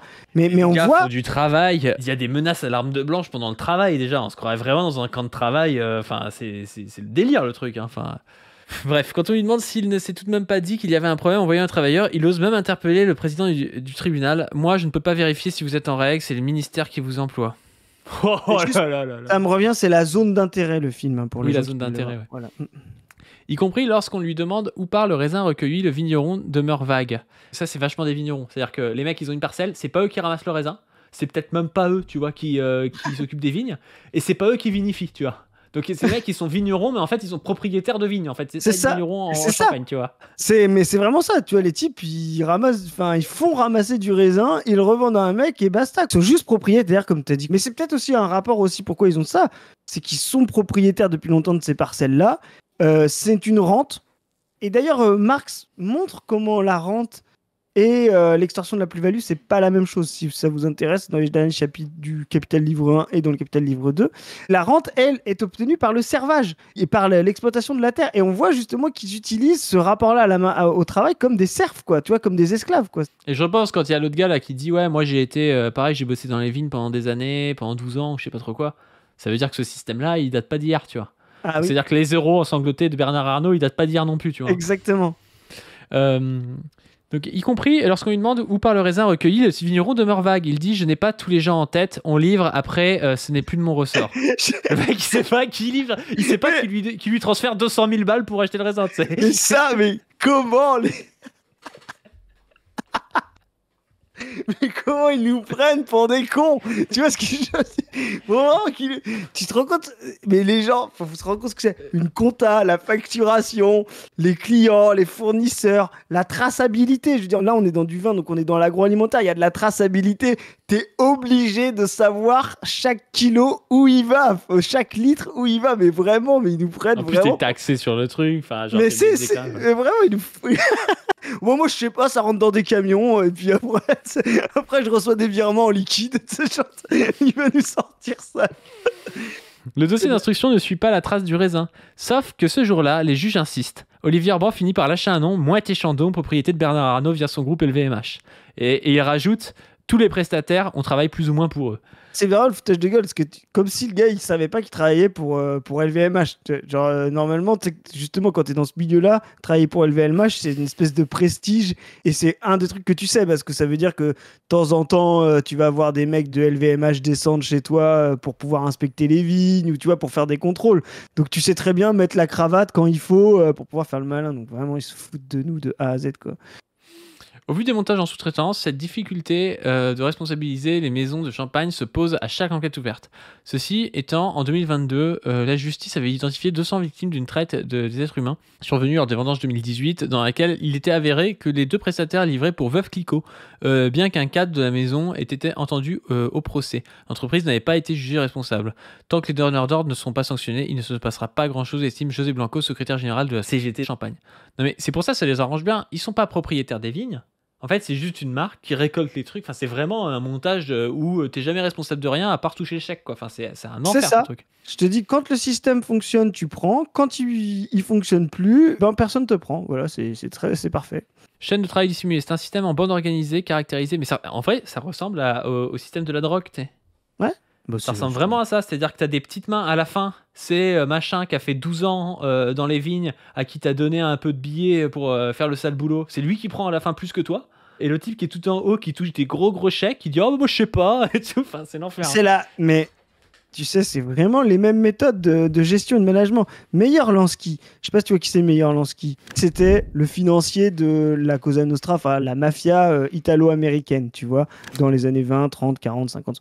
Et Meilleur Lansky, quand il a eu son procès, il y a le juge qui a dit si le gars-là n'avait pas été dans la mafia et dans le crime quand il était jeune, vu le système qu'il a monté, il aurait pu être PDG de General Motors. Tu vois, c'est vrai. Parce qu'en fait, leurs méthodes pour faire ce genre de trucs sont les mêmes, c'est-à-dire comme tu dis, d'avoir des hommes de main, des types qui appliquent des décisions, de la violence, etc., de la division du travail et tout. Et Meilleur Lansky, c'est ce qui avait été dit à son procès, quoi. Chaîne de travail dissimulé, c'est un système en bande organisée caractérisé par l'opacité, chacun dissimulant, chacun n'étant pas regardant, chacun refilant la responsabilité à l'autre. Tout cela aboutit à un dumping social, à traiter des gens pire que des animaux. Dans notre société actuelle, accuse l'avocat de la CGT Champagne, active depuis des années sur ces questions, un système qui a des effets bien au-delà des victimes sur tous les salariés du Champagne, estime l'avocat, on déstabilise toute une économie, des vrais emplois sont cassés par ça. C'est un scandale humain organisé et surtout banalisé par les auteurs qui sapent les fondements même de notre cohésion sociale, introduit le procureur de la République. On ne peut pas accepter que derrière n'importe quelle bouteille de champagne puisse se cacher une chaîne de travail dissimulée, et la chaîne de sous-traitance ne saurait être un écran de fumée derrière laquelle on dissimule l'indignité. Le procureur demande au juge de reconnaître tous les prévenus coupables de l'ensemble des chefs de prévention. En plus, ce qui est intéressant, c'est que chacun enlève la responsabilité, c'est-à-dire que les gars sont capables de prouver d'où vient tel grappe de raisin et tout, tu sais, enfin, quand il y a un truc important et qu'on leur dit pour avoir l'AOP, il faut faire ça, les mecs ils le font. Par contre, ils sont pas capables de savoir d'où viennent 50 mecs qui parlent un français avec un accent africain, tu vois, et qui mangent des sandwichs avariés. Ils sont pas capables de savoir qu'il y a un problème, tu vois. Enfin, vraiment, c'est du foutage de gueule, mais grandiose, tu vois. Et c'est ce qui est intéressant aussi, là, tu vois, de ce qu'il détaille quand il dit la chaîne de sous-traitance, tu vois. C'est là aussi, tu vois, le morcellement du capitalisme et son fétichisme, c'est que justement, tu peux diviser et hermétiser le truc. Alors que dans un monde communiste, tu dis, en fait, on est tous responsables. Tout ça n'est qu'une étape d'un process généralisé, donc on est tous responsables à un moment donné. Là, non, ils vont dire, moi j'ai juste fait ci, moi j'ai juste fait ça, moi j'ai juste fait ci, moi j'ai juste fait ça, sans s'interroger du process général et comme tu l'as dit, du système. Et c'est un truc que les libéraux, les libertariens détestent. C'est la pensée de système. Nous, en tant que marxistes communistes, c'est quelque chose qui nous sera toujours reproché. Ouais, vous avez trop une pensée de système. Ben oui, parce que c'est le moyen d'abattre le vôtre. Il requiert 4 ans de prison, dont 2 avec sursis consultana, 3 ans, dont 2 avec sursis pour les hommes de main, 200 000 € d'amende. Ces vendanges a été particulièrement mise sous surveillance après les vendanges de la honte de 2023, tandis qu'une autre affaire de traite d'êtres humains en 2023, concernant cette fois-ci des Ukrainiens, sera jugée en novembre. Ok. J'ai hâte de voir ça. En tout cas, super article de Bastard. N'hésitez pas à leur faire un don. C'est un article qui était gratuit. Voilà, donc faire un don. Soutenir les médias, c'est toujours un plus. Même des médias, moi, où je suis pas forcément Je veux dire, par exemple, Mediapart, des fois sur la géopolitique et tout, je trouve ça rincé. Mais en tout cas, ils font du bon travail dans plein de trucs. Vaut toujours mieux voir le verre à moitié plein hein, Oui. sur des médias comme ça, où il y a des vrais journalistes qui font du vrai taf. Bref, n'hésitez pas à nous dire ce que vous en avez pensé, à vous abonner à cette chaîne, à la chaîne Pas du PADU, à la chaîne de Zoé, Dr-Zoé-YT, à aller voir Position Revue, à nous soutenir nous hein, sur Tipeee aussi, ça nous aide, à aller voir nos TikTok, nos Insta et tout ça. Et sur ce, on vous dit à plus. Salut. C'est la lutte finale.